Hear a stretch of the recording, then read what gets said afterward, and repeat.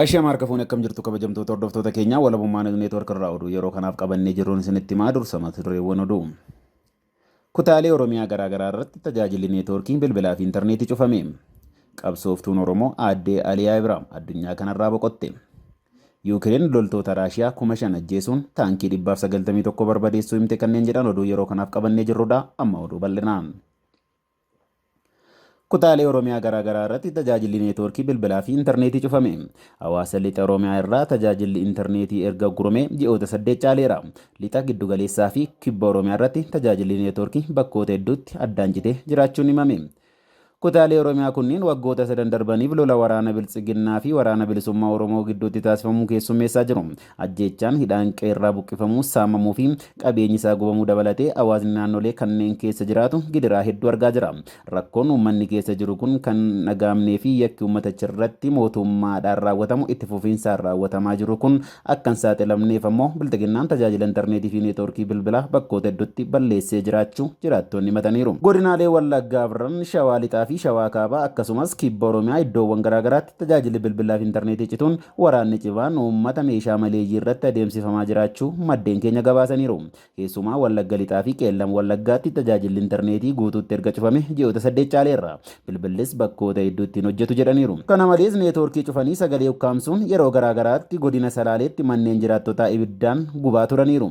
Ji'oota muraasa darban kana keessa Salaaleetti manneen qonnaan bultoota 300 oltu waraana Biltsiginnaatiin gubate kan jedhu maddi keenya naannicha ammeenya hawaasa Shawaa Kaabaatti raawwate kan gara darbeedha hanga himamuu qabu hin himamne jedhaniiru. Aanaa warra jaarsoo da'oo shanee madheeffatedha jechuun addatti nurratti fuulleffataniiru. Yeroo garaagaraatti neetwoorkii balleessuun ajjeechaa, hidhaa, reebicha, dararaa fi gooliinsi hawaasa irratti raawwatamaa ture jechuun jiraattonni maddeen keenyatti himaniiru. Hooggantoonni fi hojjettoonni mootummaa Biltsiginnaa bulchiinsa aanaa fi godinicha keessa jiran tokko tokko garee ofumaa gurmeessaniin uummata saamsisan waliin ta'anii uummata saamuu irratti bobba'aniiru kan jedhan maddeen keenya namoonni dhimma siyaasaa keessatti hirmaannaa homaatu hin qabne kan dhibbaan lakkaaman magaalota akka Tulluu Milkii, Qarree Gwaa fi magaalota baadiyyaa aanachaa keessaa baqataniiru jedhaniiru. Wayita ammaa kanatti aanaa warra jaarsoo gandoota akka Awwaaree, Goljee, Maaliyyuu, Muraasaa, Liiban, Qaccamee, Faajjii Ejersaa fi magaalota kanneen akka Tulluu Milkii fi Qarree Gwaa fa'aa keessatti neetwoorkiin bilbila harkaas ta'ee tajaajilli intarneetii addaan cituun hawaasni rakkoo ulfaattuu keessa jiraachuutu himameera.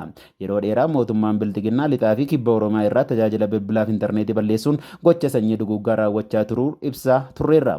Yeroo ammaa kanas gochi bilbilaa fi intarneetii balleessuu giddugaleessa Oromiyaatti babal'ataa jiraachuu odeeffannoon kallattii garaagaraarraa maddeen keenya dhaqqabaa jiru ni mirkaneessa.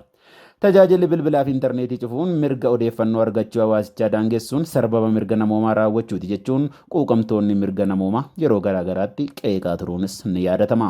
Qabsooftuun Oromoo aaddee Aliyaa Ibraam addunyaa kanarraa boqotte.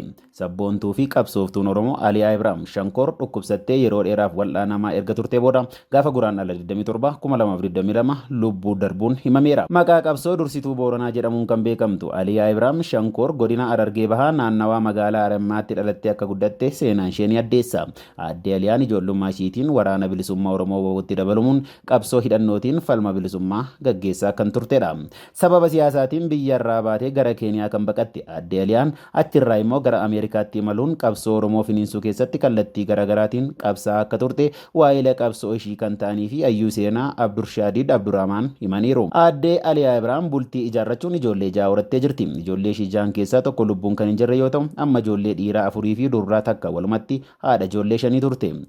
Walabummaan neetwoorkii boqochuu qabsooftuu Aliyaa Ibraamiin gadda itti dhagahame ibsachaa maatii fi hawaasa bal'aa Oromoof jajjabina hawweera. Yuukireen loltoota Raashiyaa 5,000 ajjeesuun taankii 191 barbadeessuu himte. Ministeerri ittisaa Yuukireen waraana guyyoota 4f loltoota Raashiyaa biyya isaanii weeraran irratti godhaniin loltoota Raashiyaa 5,000 ol ajjeesuu himaniiru. Ibsa qondaaltonni Yuukireen fuula feesbuukii isaanii irratti baasaniin tilmaaman loltoonni Raashiyaa 5,300 ta'an ajjeefamaniiru.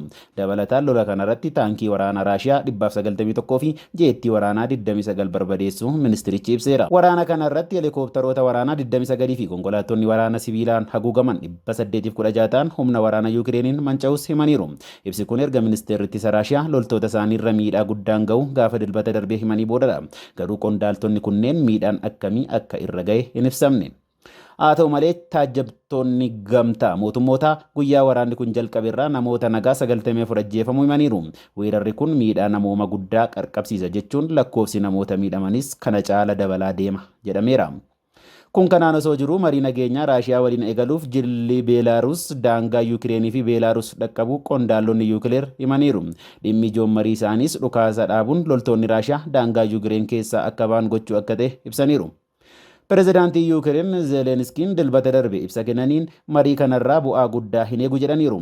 Garuu yooma waan xiqqoo ta'es carraa kanatti fayyadamuu ni yaalla kan jedhan pireezidaantiin Yuukireen yoo kana goone namni kamiyyuu Yuukireen waraana dhaabuu didde jedhee nu hin qeequs jedhaniiru. Biyyoonni Awurooppaa qoqqobbii ciccimaa Raashiyaa irratti dabarsuun cinaatti Yuukireeniif deeggarsa meeshaa waraanaa gochaa jiru. Kun immoo Puutiin niwukileera isaa akka dhukaasu taasisuu mala jedhamee sodaatamaa jira.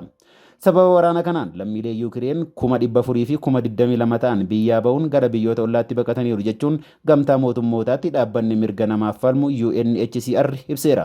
Gara 100,000 kan ta'an ammoo achuma biyya keessatti qe'ee isaaniirraa buqqa'aniiru. Egaan kabajamtoota hordoftoota keenya oduu yeroo kanaaf qopheeffanne sangammaa ture. Qophii reewwaa lammummaan neetwoork afaan waliin turtii gaarii jenna.